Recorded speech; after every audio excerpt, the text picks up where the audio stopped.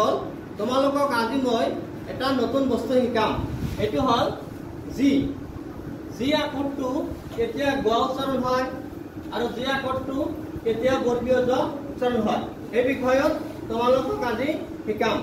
তোমালোকে মন কৰিবা যে আমি জানো যে বয়েল হল পাঁচটা এ ই আই ও ইউ এই পাঁচটা বয়েলৰ ভিতৰত যেতিয়া জিৰ পিছত ও থাকিব জিৰ পিছত ও থাকিলে এটো গ উচ্চাৰণ হ'ব অৰ্থাৎ জি ও গো এটা শব্দ লিখিলো গট এটো গ উচ্চাৰণ হৈছে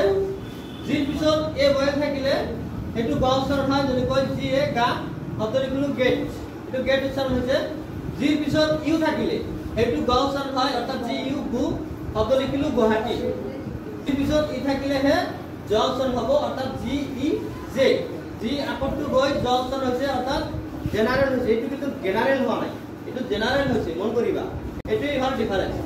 আৰু জিৰ পিছত আই থাকিলে এটো গ উচ্চাৰণ হ'ব জিৰ পিছত আই থাকিলে কি শব্দ এটা লিখিলো